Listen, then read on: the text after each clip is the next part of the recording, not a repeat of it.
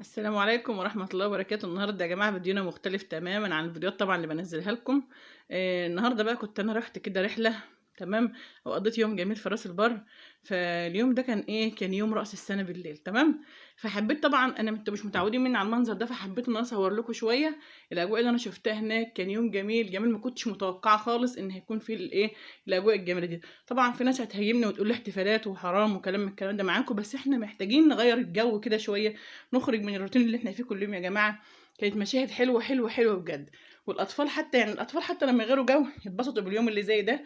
كملوا معايا الفيديو وشوفوا المناظر وشوفوا الحاجات الحلوه دي. تمام. كان يوم جميل، وبصراحه كل اللي بيشكر في راس البر، راس البر فعلا ممتعه ممتعه بصراحه بصراحه بصراحه. بالاخص كده في المنطقه بتاعت اللسان، في المنطقه اللي فيها هناك عندنا كده المراكب. تمام. وعاملين هناك كميه يعني روح جميله، تحس ان انت في الصيف كده. يعني الجو كان برد بس تحس ان الجو في الصيف في نفس الوقت. تمام. اجواء حلوه كده ومفرحه، وتحس الناس كلها فرحانه. طبعا احنا بندور على الفرحه، يعني بندور على اي حاجه تبسطنا في الايام اللي احنا فيها دي. تمام. اتفرجوا كده مناظر جميله. كل حاجه موجوده هناك يا جماعه. وعلى فكره بالنسبه هناك للمشتريات دلوقتي اسعارها كلها في حدود 100 او 200 او كلام من الكلام ده. كل حاجه انت محتاجاها هناك. واحلى ما في الجوله بتاعتنا دي كانت ركوب السفينه اللي كانت في النيل. السفن اللي موجوده هناك على النيل بتحسي روح تانية خالص كده، حاجه بتخليكي مرتاحه نفسيا. تمام. والاطفال بتتبسط. وبالاخص في فتره الصيف بيكون في فقرات حلوه قوي هناك عندهم في المراكب دي.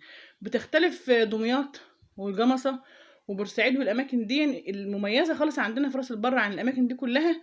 السفن اللي موجوده في النيل بصراحه حلوه. وفي هناك مجموعه كافيهات ومجموعه هناك محلات كتيره جدا برضو على النيل اهو. تمام. يعني اما تروح هناك مش تحتار اليوم بتاعك اللي طول النهار تقضيه على البحر. واليوم بتاع هي على فكره شوفي رأس السنه كان يوم كان جميل اهو. بس مميزه دايما براس البر بالاجواء بتاعتها كده صيف وشتاء. وفي كل التوقيت يعني نفس الاجواء دي هتلاقيها موجوده عندك في فصل الصيف. تمام.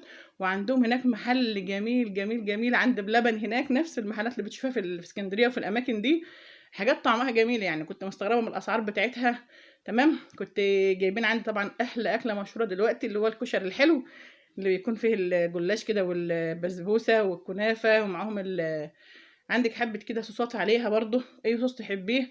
ما شاء الله ما شاء الله، يعني الحاجه منه بس الواحده حاجه الواحده فيه ما شاء الله في حدود 65 او 50 ممكن تكفي يعني 3 4 اشخاص مع بعض. تتخيل ان هي حاجه غاليه بس مش غاليه، هي بتكفي. ما شاء الله دسمه وحاجات جميله. والعاب الاطفال كلها هناك برضو، اي طفل عليه يلعب اي لعبه. ودي السفن اهي اللي قلت لكم عليها، السفن اللي بتكون في البحر. جميله جميله جميله. فيها فقرات حلوه، وتحسي كده ان انت في الميه كده وراكبه شيء زي ده جميل، ياخدك من اول النيل، من اول ما هي بتكون واقفه عندك كده لحد يوديكي عند اللسان هناك في الاخر خالص. تمام. برضو الاجواء بتاعت هناك الممشى بتاع اللسان ده جميل جميل بصراحه. الاضاءه كده والفنار هناك كلها حاجات جميله. بقول لك محلاتها هناك يعني ممكن تعملي التسوق هناك جميل ما شاء الله. ومحلات هناك كلها في متناول الايد زي ما انت عايزه، يعني فيه العالي وفيه اللي نازل تحت شويه. واللانش ده في البحر جميل. طبعا في ناس بتأجره مخصوص، بيبقى مثلا شخص او شخصين او 3 بالكتير. لانشات جميله برضه. طبعا لو السفن دي يعني بيكون الشخص فيها بس ب10 جنيه، كل واحد بيطلع ب10 جنيه. تمام. والاطفال ما بيدفعوش، فيها فقرات حلوه وفيها اغاني. كان نفسي اصور لكم الفيديو بتاعي ده صوت، لان الصوت في الاجواء هناك جميله. بس زي ما انتم عارفين اليوتيوب ممكن يعمل لي حظر عشان دي مش موسيقتنا، يعني الموسيقى دي بتروح لناس تانية. فانا عشان كده ان انا ما حبيت، كان نفسي افرجكم عليها صوت وصوره. تمام. بس بقى يعني ايه، قلت شارككم معايا اي اجواء بقى وخلاص عشان انتوا حبايبنا. فحبيت زي ما انا دايما بنزلكم الطبيخ معايا والاكل معايا نغير شويه. تمام. عشان ما تقولوش ان انا كل فيديوهات طبيخ واكل وعايشه حياتي كلها للاكل بس. لا يا جماعه، الاكل عندنا هو مهم. بدنا طاقه بيمشينا، بس برضو لازم اليوم يكون في حاجات متنوعه كده. طبعا انا دخلت المركب او السفينه قبل ما يكون الناس فيها عشان معظم الناس ما بتحبش التصوير. تمام. كنت انا طبعا وعيلتي كده، بس يعني انا قلت اصورها لكم وهي فاضيه، بتكون الاماكن كده براحتك بقى تقعد في المكان اللي انت حابه. تمام. برضو في ناس طلبت منهم نوع موسيقى عادية، ممكن تعملي فيها احتفال لعيد ميلاد، ممكن تعملي فيها أي احتفال مثلا لخطوبة، لمناسبة حلوة، أي حاجة ممكن تأجري المركب وتعملي فيها الاحتفال بتاعك. كلهم ناس محترمين. بتطلب منهم أي أغنية أي حاجة، ناس محترمين. بدأت الفقرات اهي، فخدت لكم بس إيه صورة على السريع كده، جولة على السريع، عشان برضو إيه ما نجرحش خصوصيات الناس يا جماعة. تمام. أنا بس بنقل لكم الفرحة والبهجة بتاعت الناس. إحنا محتاجين في خلال السنة بتاعتنا كاملة يوم أو 2 نخرج فيه نرفه عن نفسنا شوية. طبعا ده احتفالات يكون برضو بابا نويل وكلام من الكلام ده، الحاجات اللي هي يعني احنا مش شرط ان انا بقول لكم كده ان احنا تقعدوا تقولي مثلا كذا وما كذا لا، انا بقول لكم، انا بنقل لكم اليوم كانك كنت قاعده معايا بالظبط فيه.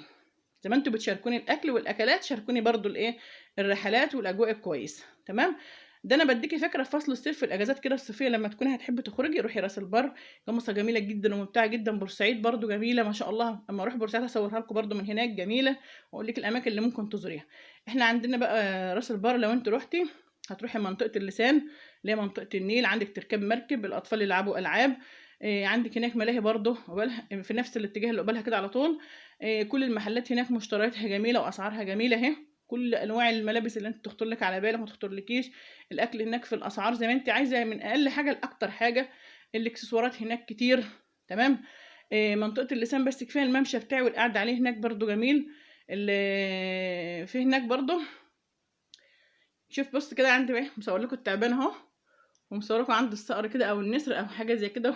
كان بيعملوا مناظر حلوه يا جماعه قوي بصراحه. يعني الاطفال هيتبسطوا اكتر من الكبار في اي رحله زي دي. تمام.